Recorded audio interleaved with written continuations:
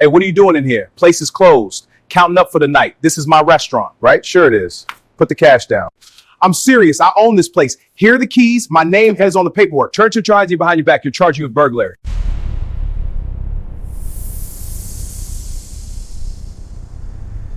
Kelvin slid the heavy metal cash drawer onto the counter and let out a long breath, listening to the hum of the industrial refrigerators and the distant hiss of the streetlights outside. It was 10:35 p.m. on a Saturday night at Jamal's Diner. The rush was over, the grill was scraped clean, and the front door was closed but unlocked because he hadn't finished his final walkthrough. He pulled a stack of $20 bills from the register and began to count them, his fingers moving with a speed that came from 15 years of repetition. As he worked, he looked at the small tag on his red polo shirt that read Kelvin Hill, proprietor. He had started in this bill. Before we go further, what city or country are you watching from? Drop it in the comments. We love seeing where you're tuning in from. If you believe assumption based on skin color can destroy innocent lives and must be exposed, then make sure you like this video and subscribe. Building when it was still called Eddie's Place, back when he was a 29-year-old dishwasher who barely spoke English and spent his shifts scrubbing burnt grease off pans until his knuckles bled. He had stayed late every night back then, watching the line cooks, learning how to manage a kitchen, and saving every dollar he didn't send home. When Eddie finally retired 8 years ago, Kelvin had scraped together his life savings and taken out a high-interest small business loan to buy the place outright. He had renovated the interior and expanded the menu, turning a struggling Greasy Spoon into the most popular breakfast spot in the West Side District. Tonight had been busy, and the exhaustion was setting into his lower back, but it was a good kind of tired. His two evening employees, Rita and Marcus, had clocked out at 10 p.m., leaving him to handle the final tasks he still preferred to do himself. He took pride in the silence of the empty diner, the way the stainless steel counters caught the light, and the fact that he was the one holding the keys to the front door. Kelvin finished the count and began organizing the receipts for the night's deposit, making a handwritten note of the total on a slip of paper. He was thinking about the supply order he needed to place for Monday morning when the front door suddenly swung open with a violent force that hit the wall stop. Kelvin looked up, expecting a late-night customer he'd have to turn away, but instead found himself staring at Officer Kevin Rowe. The 9-year veteran didn't walk in. He invaded the space, his hand already resting on the grip of his service weapon. The officer's eyes weren't looking at the diner's cleanliness or the open sign that had been flipped to closed. They were locked onto Kelvin and the cash sitting on the counter. Rowe had driven past, seen the lights on, and immediately decided that a black man moving behind the counter after hours couldn't possibly belong there. To Rowe, this wasn't a business owner finishing a long shift. It was a burglary in progress. Hands where I can see them. Rowe barked, his voice sharp and aggressive, cutting through the quiet Kelvin had been enjoying moments before. Kelvin froze, his palms open and flat on the counter next to the cash. He felt a surge of confusion rather than fear. The kind of disbelief that happens when your reality is suddenly overwritten by someone else's mistake. "Officer, what's going on?" Kelvin asked, keeping his voice as steady as he could. "I'm the owner. I'm just closing up for the night." Rowe didn't move his hand from his gun. He scanned the room, looking for signs of a struggle or a broken window, ignoring the fact that the door he'd just walked through had been unlocked. He had 19 civilian complaints in his file, and 16 of them were for this exact type of behavior, profiling and excessive force. He had spent his career seeing what he wanted to see, and right now, he saw a suspect. "Step away from the counter," Rowe ordered, his posture tense and ready for a confrontation. Kelvin gestured toward the wall, just 2 feet to Rowe's left. Hanging there in a simple black frame was his business license, clearly stating Jamal's Diner, licensed to Kelvin Hill. "My name is Kelvin Hill. My license is right there on the wall. My edis and my pulpit." Rowe glanced at the wall for a split second, but the information didn't register. He had already committed to the idea of a crime, and his ego was already driving the situation toward a point of no return. Above them, 4 high-definition security cameras, installed just 3 months ago, were recording every word and every movement from multiple angles, capturing the exact moment Kelvin's 15 years of hard work collided with Rose's 9 years of bias. The bell above the diner door jingled violently, but it wasn't the soft chime Kelvin usually heard. It was the sound of the door hitting the wall with enough force to rattle the glass. Kelvin froze with a stack of $20 bills in his hand. He looked up, expecting a late-night regular or someone looking for last-minute coffee, but he found himself staring into the beam of a high-intensity police flashlight. Officer Kevin Rowe didn't announce himself. He stepped into the diner with his shoulders squared and his hand hovering inches from the grip of his service weapon. His eyes weren't looking at the cleanliness of the floor or the closed sign that was clearly visible. He was looking at Kelvin's hands and the cash drawer. To Rowe, this wasn't a business owner finishing a 14-hour shift, it was a crime scene. Drop the money. Right now. Get your hands where I can see them, Rowe barked. His voice had that sharp, jagged edge of someone who had already decided what was happening before he even walked through the door. Kelvin didn't drop the cash. He placed it carefully on the counter, palms flat. He felt a strange, cold sensation in his chest. Not quite fear, but a deep, sinking realization that his reality was being completely ignored. Officer, I'm the owner. I'm just closing up the register. I said hands up. Step away from the drawer. Rowe moved further into the room, his boots clicking heavily on the linoleum. He didn't look at the keys sitting on the counter. He didn't look at the red polo shirt Kelvin was wearing with the diner's logo embroidered over the heart. He saw a black man with a pile of cash in a darkened building, and in his mind, the math was already done. Listen to me, Kelvin said, trying to keep his voice from shaking. My name is Kelvin Hill. This is my restaurant. I've been here since 6 this morning. The back door is locked, and I have the keys right here. He nudged the heavy brass ring toward the officer with one finger. Rowe didn't even glance at the keys. He was breathing heavily, his adrenaline spiking in a way that made it clear he wasn't interested in a conversation. He had spent 9 years on the force, and his record was littered with civilian complaints that all followed the same pattern. He made a judgment based on a profile, and he never backed down, even when he was wrong. I got a call about a suspicious person inside a closed business, Rowe said, which was a lie. He had simply been driving by and saw a shadow moving behind the counter. He was fishing for a collar, and he thought he'd found an easy one. You're trespassing and you're going to be booked for burglary if you don't start complying. Kelvin pointed to the wall, just 2 feet to Rowe's left. Look at the wall, officer.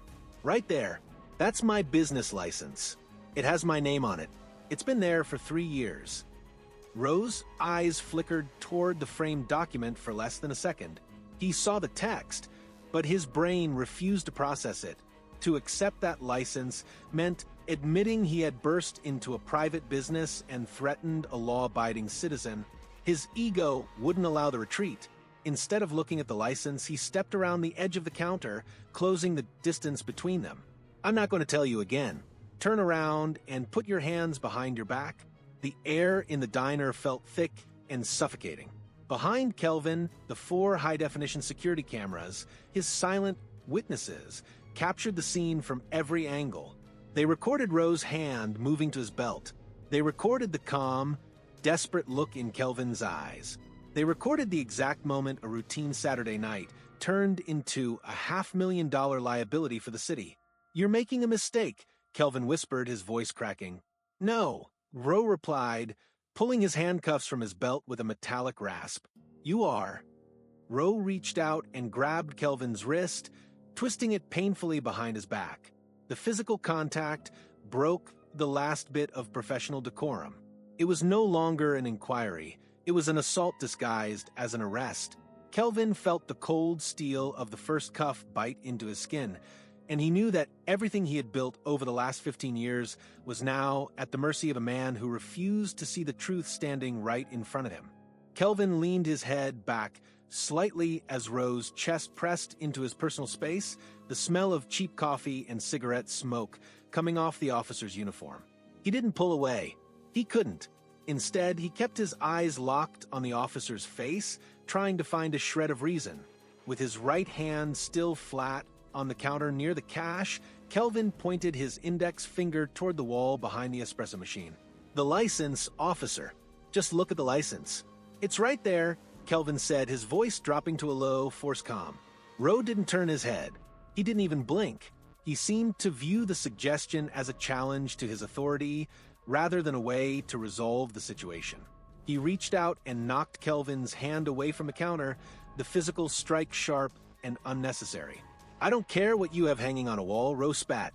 "Anyone can print a piece of paper. Anyone can buy a frame. I'm looking at a man with a stack of cash in a closed business who refuses to follow a lawful order." Kelvin felt a cold weight settle in his stomach. He realized then that Rowe wasn't actually looking for a burglar. He was looking for a win. It's a city-issued document. It has a seal. It has my name, Kelvin Hill, right at the top. Check my driver's license in my back pocket. The names match. The address matches. Rowe scoffed, a short, ugly sound that echoed in the quiet diner. "You think I'm going to let you reach into your pocket? You think I'm that stupid? You're a suspect in a felony stop. You don't dictate the terms of the investigation." The officer finally glanced at the wall, but it wasn't to read the name. He looked at the frame and then back at Kelvin with a sneer. "That thing looks like it was made in a basement. It's probably as fake as your story about being the owner. Real owners don't look like you, and they certainly don't close up alone in the dark." The comment was a deliberate jab, a way to justify the escalation that Rowe was already planning. Kelvin looked at the officer's badge number 4292 and then at the black dome of the security camera mounted in the corner. He knew the audio was being captured. He knew that Rowe's dismissal of the evidence was being logged in high definition. "If you arrest me," Kelvin said, his voice trembling now with a mix of anger and disbelief, "you are going to lose your job. I'm telling you the truth. I pay the taxes here. I pay the insurance. I'm the one who calls the police when there's real trouble. And right now, the trouble is you." Rowe's face flushed a deep angry red. He didn't like being threatened with his own career. He didn't like being told that he was the problem. He stepped back just enough to create the momentum he needed to swing Kelvin around. "You're done talking," Rowe said, his voice a dangerous whisper. He grabbed Kelvin's left arm and twisted it up toward his shoulder blades. The pain was immediate, a sharp white heat that made Kelvin gasp. Rowe didn't care about the license on the wall. He didn't care about the facts. He had decided that Kelvin was a criminal, and he was going to make the reality fit his narrative, even if he had to break Kelvin's arm to do it. The proof was 2 feet away, clearly visible under the glow of the overhead lights, but Rowe had already chosen his ego over the evidence. The heavy glass door creaked open again, and the bell gave a weak, tired jingle. Dorothy, a regular who had been coming to the diner since the day Kelvin opened, shuffled in with her head down, squinting at the floor. She had left her reading glasses on the corner table 20 minutes ago and had circled back before heading home. She didn't see the officer's back turned to her, and she didn't see Kelvin's arm being wrenched upward. "Kelvin, dear, I'm so sorry to bother you again, but I think I left my..." She stopped mid-sentence, her eyes going wide as she finally processed the scene. She saw the uniform, the aggressive stance of the officer, and Kelvin's face twisted in a grimace of pain. Good heavens, what is going on? Rowe didn't let go of Kelvin's arm. He didn't even turn around fully, just barked over his shoulder. "Get out. This is an active crime scene. Move." Dorothy didn't move. She had lived in this neighborhood for 60 years and wasn't easily intimidated by a loud voice. She took 2 steps closer, pointing a trembling finger at Kelvin. "Active crime scene? That's Kelvin. He owns this place. I was just in here eating my pot roast not 30 minutes ago. What on earth do you think you're doing?" The officer's neck flushed a dark, angry purple. The vouch should have been the moment the tension broke, the moment a reasonable person would have paused to verify the facts. Instead, Rowe saw Dorothy as a threat to his narrative. He felt the control of the situation slipping away as a witness entered the frame, and he reacted with the only tool he knew: escalation. "I'm not going to tell you again, lady," Rowe shouted, finally spinning halfway around while keeping his weight pressed against Kelvin's back. "He's a suspect in a burglary. If you don't turn around and walk out that door right now, I will charge you with obstruction of justice and interference with a government operation. Burglary? Dorothy's voice went shrill with disbelief. He has the keys in his hand. Look at his shirt. It has the name of the restaurant on it. Are you blind or just looking for trouble? Roe's jaw tightened. He reached for the radio on his shoulder, his eyes fixed on Dorothy with a look of pure malice. Dispatch, I have a non-compliant witness at the scene. Send a second unit for transport. I've got one in custody and another looking for cell. Kelvin gasped as Roe tightened the grip on his wrist. Dorothy, please. Kelvin strained to say, just go. Call my lawyer. Call the station. Don't let him take you too. I'm not going anywhere, Dorothy snapped, pulling her phone from her sweater pocket. I'm recording this. The whole neighborhood knows Kelvin. You're the only one who doesn't seem to know where you are. Roe lunged toward her, his free hand reaching for her phone. Give me that. You're interfering with a felony arrest. Dorothy stepped back, her hands shaking but the camera held high. Roe was trapped. If he let go of Kelvin to grab the phone, he'd lose his suspect. If he stayed, he was being filmed in high definition by a 70-year-old grandmother who was dismantling his probable cause with every word she spoke. The big mistake was no longer just a private error. It was being documented for the world to see, and Roe's only response was to threaten an innocent woman for telling the truth. The metal ratchet of the handcuffs clicked into the final notch, biting deep into Kelvin's wrists as Roe jerked him toward the exit. The transition from business owner to prisoner happened in the few feet between the counter and the front door. Kelvin felt the eyes of his neighborhood on him, not just Dorothy, who was still filming with a steady hand, but people in the apartments across the street who had been drawn to their windows by the strobing blue and red lights of the 2nd Patrol Unit pulling up. Keep walking, Roe muttered, shoving Kelvin through the door he had spent 3 years keeping open for the community. The night air was cool, but Kelvin's face felt like it was on fire. The humiliation was physical. He was being paraded across the sidewalk in front of his own storefront, his branded red polo shirt crinkled under the officer's grip. Every step felt like a betrayal of the 15 years he'd spent building his reputation. He saw a couple he recognized from the Sunday brunch rush standing by the bus stop, their mouths open in shock. To them, the image was simple and devastating. The man who served their coffee was being taken away in chains. Roe didn't use the door handle. He used Kelvin's shoulder to steer him toward the rear of the cruiser. The second officer, a younger man named Miller, stood by the driver's side door, looking confused. He looked at Kelvin, then back at Roe. Kevin, what do we have? Dispatch said a burglary, but this guy looks like... Miller started, his voice trailing off as he noticed the Jamal's Diner logo on Kelvin's chest. I found him behind the counter with a drawer full of cash, Roe snapped, his voice loud enough for the gathering crowd to hear. He claimed he owned the place, but he couldn't produce any ID or proof. He was non-compliant and combative. I told you the ID is in my pocket and the license is on the wall. Kelvin shouted, turning his head to look at Miller. Officer, please, just go inside and look at the wall. My name is Kelvin Hill. Roe didn't give Miller a chance to respond. He placed a heavy hand on top of Kelvin's head and forced him down into the back seat of the cruiser. The plastic seat was hard and smelled of disinfectant and old sweat. As Kelvin's knees hit the floorboard, he heard the heavy, mechanical thud of the door slamming shut. The sound was final. It was the sound of the system closing in. Inside the car, the world went quiet, the shouts of Dorothy and the murmurs of the neighbors muffled by the thick glass. Kelvin sat in the dark, his hands pinned behind him, watching through the window as Roe stood on the sidewalk, adjusting his belt and looking proud. Kelvin looked back at his diner, the warm lights still on, the cash still sitting on the counter, and the business license still hanging exactly where he'd said it was. He was 2 miles away from the precinct, but sitting in the back of that car, it felt like his entire life had just been erased by a man who refused to believe he belonged in his own skin.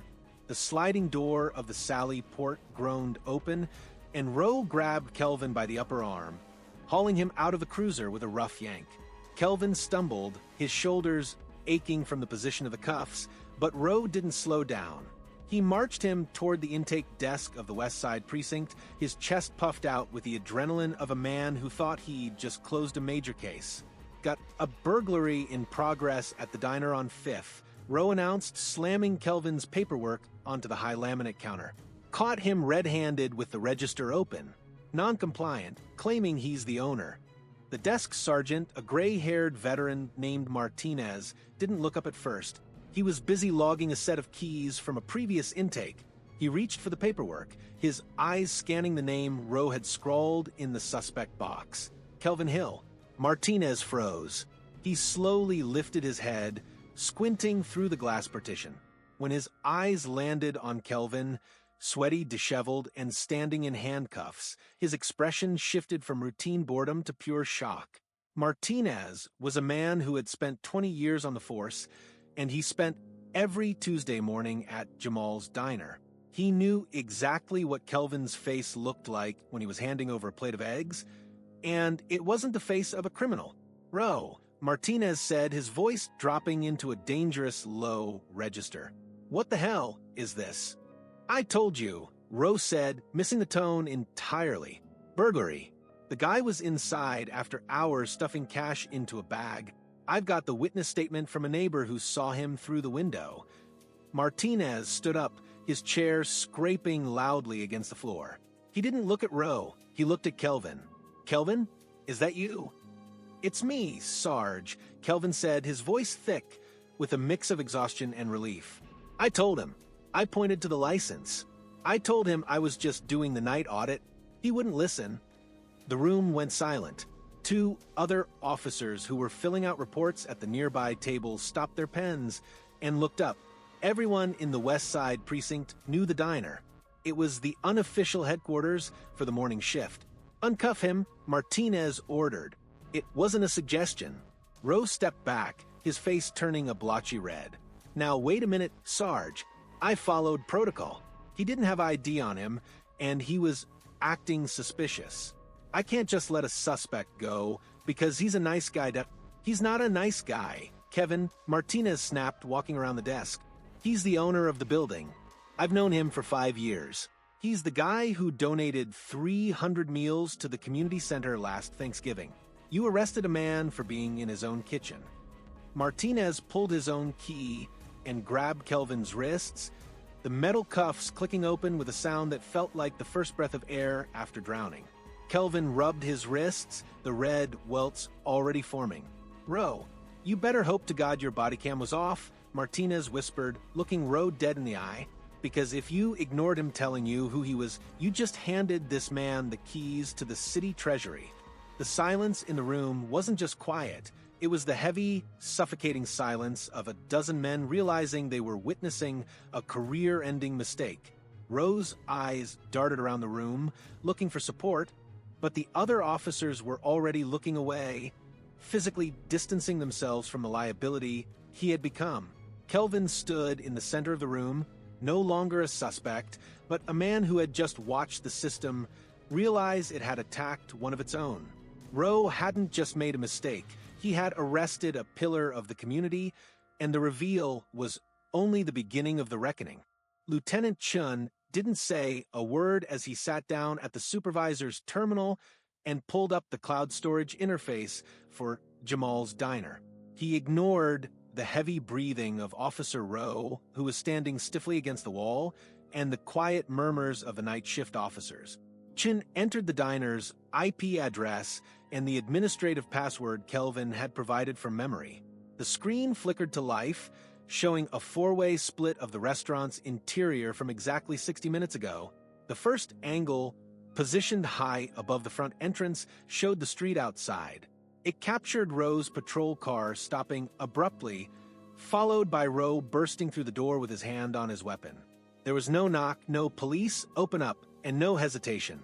The second angle, a wide shot from the kitchen pass-through, showed Kelvin standing behind the counter, clearly engaged in clerical work, surrounded by the mundane tools of a business owner, a calculator, a ledger, and stacks of currency.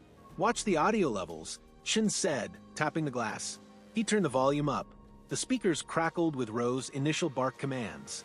The third angle, the money shot, was mounted directly above the register. It was crystal clear for K resolution. It showed the 2-foot gap between Roe's face and the framed business license. On the recording, Kelvin clearly gestured toward the document. The camera captured Roe's eyes darting toward the license for a fraction of a second before he looked back at Kelvin with a sneer. The audio was undeniable. Kelvin's voice was calm. "My name is Kelvin Hill. My license is right there." Roe's response echoed through the precinct. "I don't care what you have hanging on a wall. Anyone can print a piece of paper." The fourth angle, a side view from the coffee station, showed the physical escalation. It captured Roe knocking Kelvin's hand away and twisting his arm into a painful lock. It showed the arrival of Dorothy, the elderly witness, and Roe's immediate threat to arrest her too. Chun paused the video on a frame where Kelvin's face was pressed against the stainless steel counter, directly underneath a sign that read, "Voted Best Community Breakfast 2024. Chun leaned back and turned the monitor so Roe could see it. The blue light from the screen reflected in the officer's eyes, which were now wide and darting. "Officer Roe," Chun said, his voice terrifyingly quiet.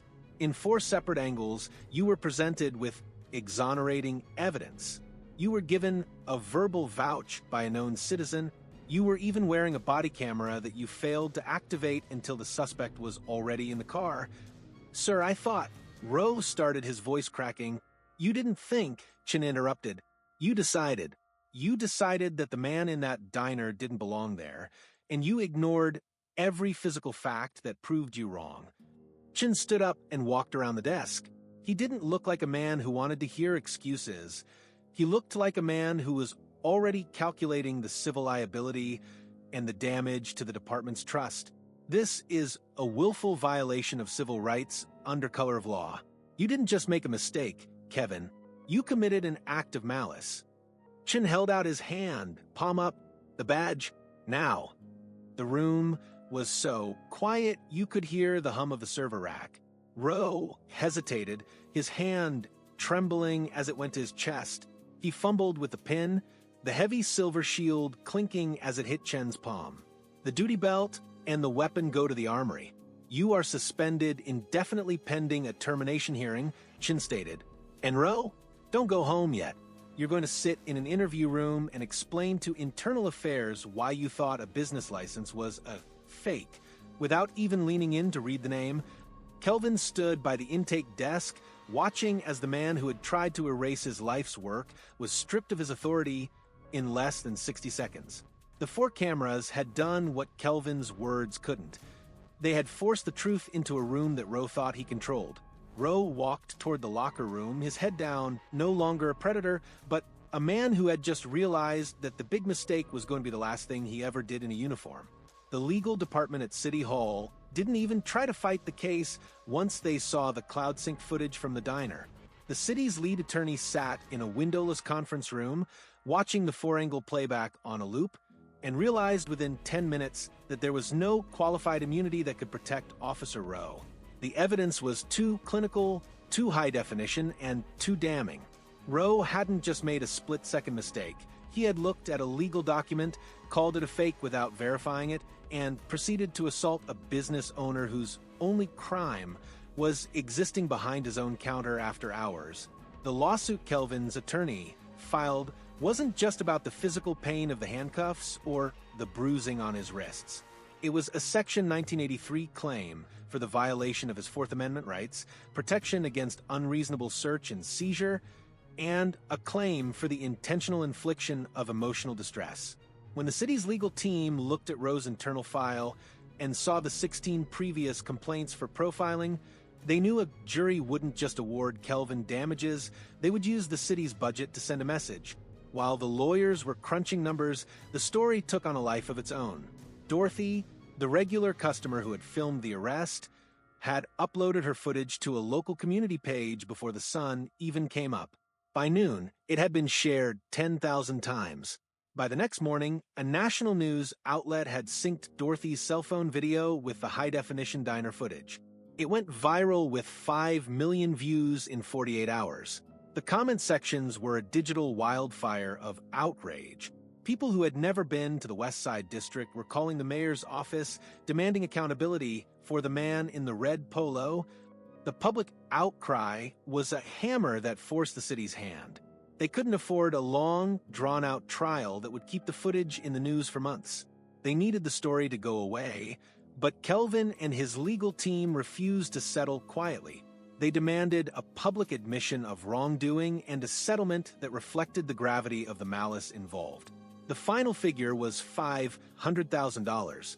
It was a massive sum for a single officer incident, but the city's insurers calculated that a jury trial would likely cost 3 times that amount. The settlement stipulated that Rowe would be permanently barred from law enforcement service in the state, and that the diner's footage would be used as a mandatory training module for the entire department. Kelvin sat in his lawyer's office as the final documents were signed. He didn't feel like he'd won the lottery.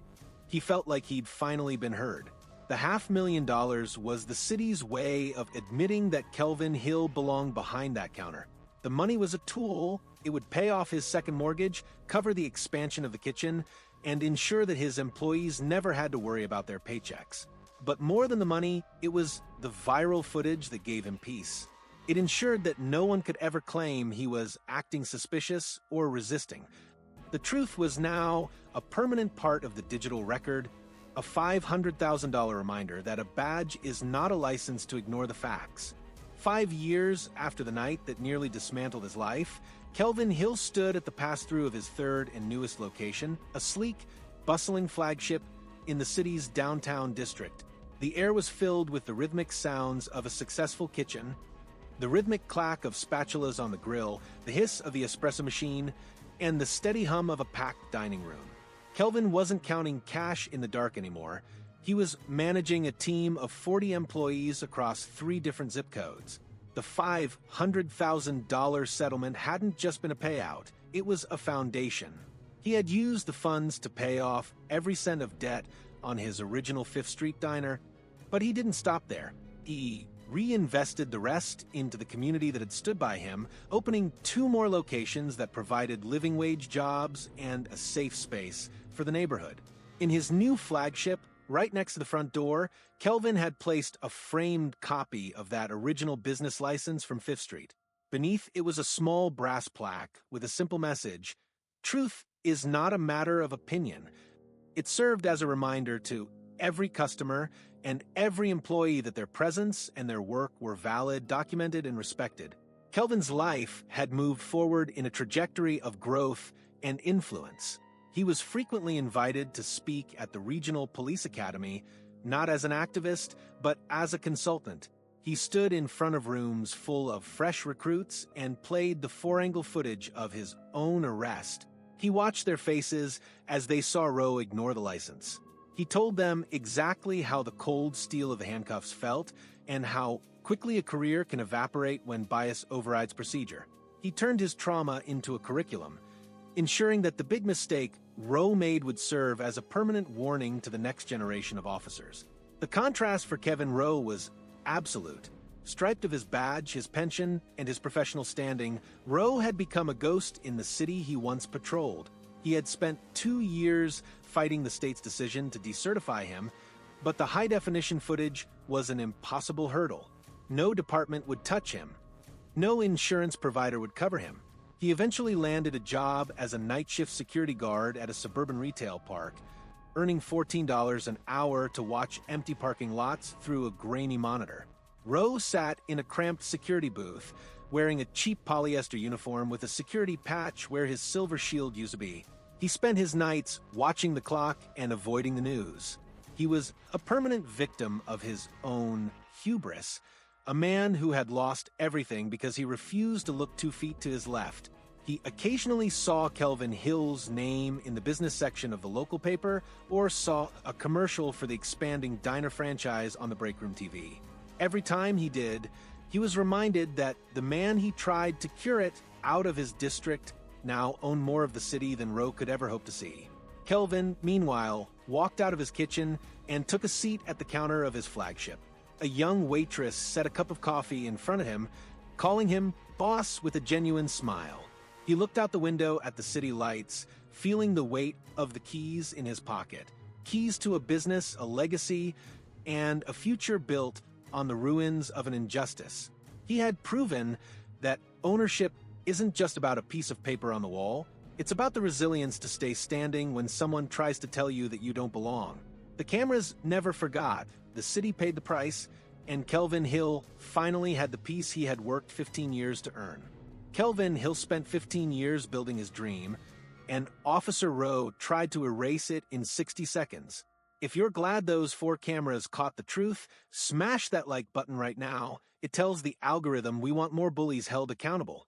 And if you believe that ownership should be respected regardless of skin color, hit subscribe and turn on notifications. We're bringing you the stories the system tries to hide. Thanks for watching. Justice is finally served.